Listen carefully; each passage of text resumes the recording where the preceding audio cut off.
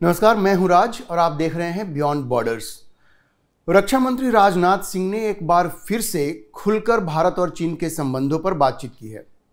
हालांकि राजनाथ सिंह ने यह कहा कि भारत चीन को कोई कॉम्पिटिटर या प्रतिद्वंद्वी नहीं मानता है, लेकिन उन्होंने चीन को यह साफ साफ कह दिया है कि भारत अब वो पहले वाला भारत नहीं है जिसे कोई भी आंख दिखाकर निकल सकता है।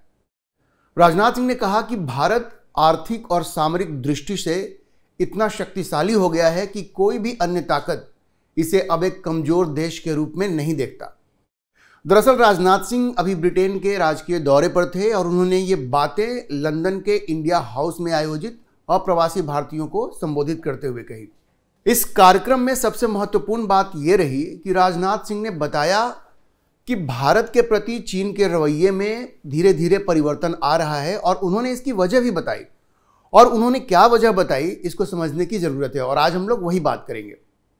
पहली बात जो राजनाथ सिंह ने कही वो ये थी कि धीरे धीरे ही सही, लेकिन चीन भी भारत को अब एक ग्लोबल पावर यानी वैश्विक शक्ति के रूप में देखने लगा है और उसकी वजह भारत की मजबूत आर्थिक और विदेश नीति है। और यह बात सच है। भारत इस वक्त दुनिया की 5वीं सबसे बड़ी अर्थव्यवस्था है, अमेरिका, चीन, जापान और जर्मनी के बाद। जैसा कि वित्त मंत्री निर्मला सीतारमण ने अभी हाल ही में वाइब्रेंट गुजरात समिट के दौरान कहा कि 2027-28 तक भारत दुनिया की तीसरी सबसे बड़ी अर्थव्यवस्था हो जाएगी। इस वक्त भारत की इकॉनमी 3.4 ट्रिलियन यूएस डॉलर की है, जो 2027-28 तक लगभग 5 ट्रिलियन यूएस डॉलर की हो जाएगी। मोदी सरकार की एक कोशिश है कि 2047 तक भारत विकसित राष्ट्रों की श्रेणी में आ जाए। जिस तेजी से भारत की अर्थव्यवस्था बढ़ रही है उसे देखते हुए ये कोई असंभव टारगेट नहीं है। हाँ, चैलेंजिंग जरूर है, क्योंकि देखिए चीन एक डिक्टेटरशिप है, लेकिन चीन की तरह भारत में कोई डिक्टेटरशिप नहीं है। भारत एक लोकतांत्रिक देश है, डेमोक्रेसी है, जिसकी अपनी अलग चुनौतियां हैं। यहाँ तो हर बात में धरना प्रदर्शन और सड़क जाम होने लगता है, लेकिन फिर भी विकसित देश बनाने का जो टारगेट मोदी सरकार ने रखा है वो अचीवेबल है, उसे हम लोग अचीव कर सकते हैं। अगर भारत की मिलिट्री पावर को देखें तो ये भी धीरे धीरे बढ़ रही है। भारत एक न्यूक्लियर देश तो है ही। सिप्री एक ऑर्गेनाइजेशन है, Stockholm International Peace Research Institute, जो हर साल मिलिट्री पावर्स की लिस्ट निकालती है। तो इसकी जो 2023 की रिपोर्ट है उसके हिसाब से भारत दुनिया का चौथा सबसे बड़ा मिलिट्री पावर है, अमेरिका, चीन और रूस के बाद। स्पेस टेक्नोलॉजी में भारत का जलवा है वो सारी दुनिया ने देखा है। चांद पर सॉफ्ट लैंडिंग से लेकर सूर्य के ऑर्बिट में आदित्य L1 स्पेसक्राफ्ट को भेजना और फिर अंतरिक्ष में गगनयान की तैयारी करना, तो ये सब भारत के स्पेस पावर को दिखाता है। तो बात यह है कि भारत की तेजी से हो रही आर्थिक और सामरिक प्रगति को चीन भी देख रहा है और ऐसा लग रहा है कि उसे भी धीरे धीरे ऐसा महसूस हो रहा है कि भारत की बढ़ती आर्थिक और सामरिक शक्ति को स्वीकार किया जाए और रिश्तों को बेहतर बनाया जाए। अब आप ये सोच रहे होंगे कि चीन के रवैये में बदलाव आ रहा है, वो किस आधार पर कहा जा रहा है और राजनाथ सिंह ने यह बात किस आधार पर कही।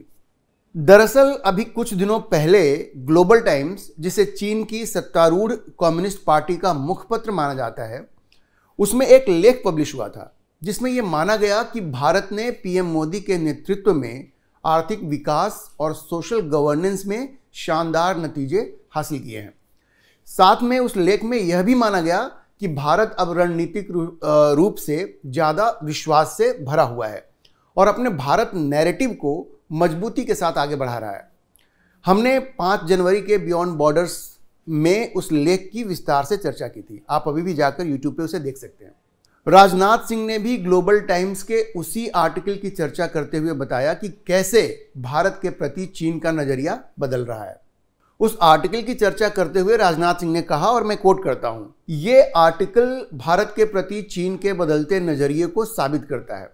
ऐसा मालूम पड़ता है कि चीनी सरकार ये मानने लगी है कि हमारी आर्थिक और विदेशी नीतियों के साथ साथ हमारे बदलते रणनीतिक हितों ने भारत को एक प्रमुख वैश्विक आर्थिक खिलाड़ी और रणनीतिक शक्ति के रूप में उभरने में मदद की है। राजनाथ सिंह ने चीन के नजरिए में आ रहे बदलाव की जो दूसरी वजह बताई है वो काफी महत्वपूर्ण है और आप कह सकते हैं कि यह सबसे ज्यादा महत्वपूर्ण है।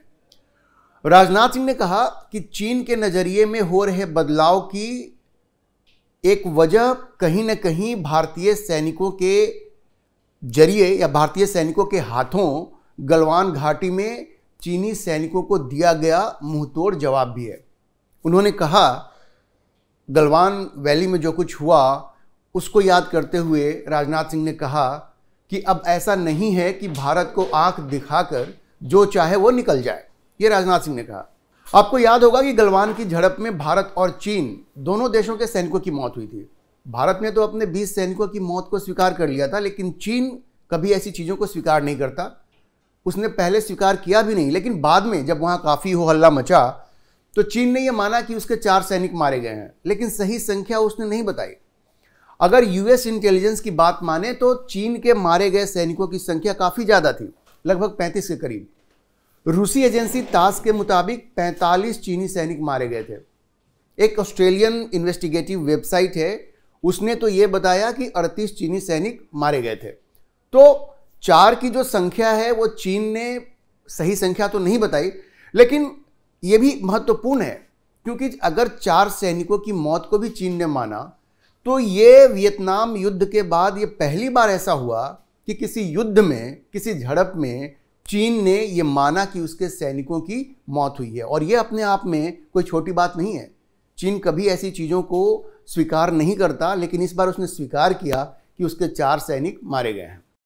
आपको याद होगा गलवान में हुई झड़प के बाद भारत ने चाइनीज़ कंपनीज के खिलाफ कड़े एक्शन भी लिए थे। टिकटॉक को बैन कर दिया था।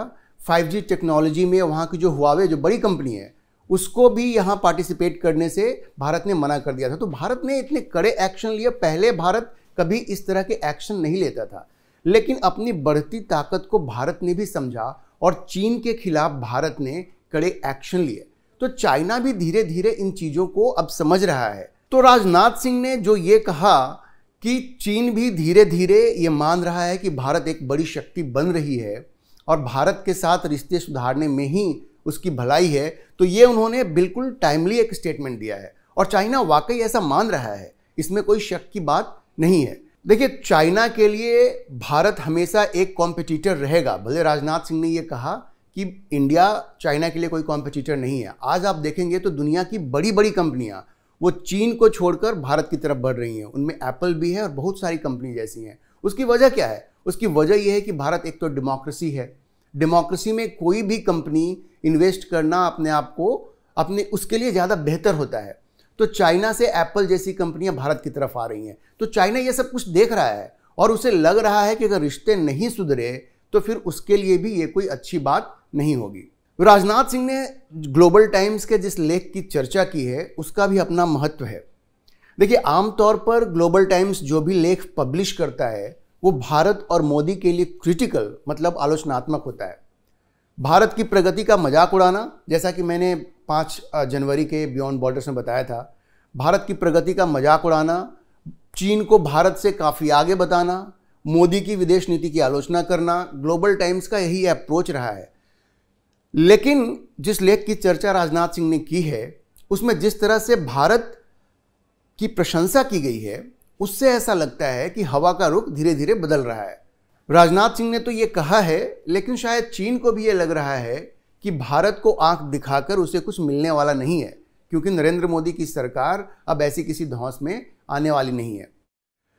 ये भी सच है कि अब ग्लोबल टाइम्स ने एक लेख लिख दिया तो उस सिर्फ एक लेख के वजह से ये कोई पुख्ता राय बना लेना उचित नहीं होगा कि चीन जो है वो एक अब नरम नज़रिया रख रहा है हिंदुस्तान के प्रति। लेकिन ये आर्टिकल अपने आप में इम्पॉर्टेंट है। कम से कम इसको आप एक शुरुआत मान सकते हैं और ये कम से कम जो चीनी हुक्मरान हैं उनकी भारत और नरेंद्र मोदी के प्रति बदलती सोच को तो दिखाता ही है। तो जाहिर है राजनाथ सिंह ने जो बयान दिया है वो अपने आप में काफ़ी कड़ा है। उन्होंने चाइना को साफ संदेश दे दिया है कि भारत अब आर्थिक और सामरिक दृष्टि से इतना ताकतवर हो गया है कि अब ये मत सोचो कि 1962 का भारत है ये।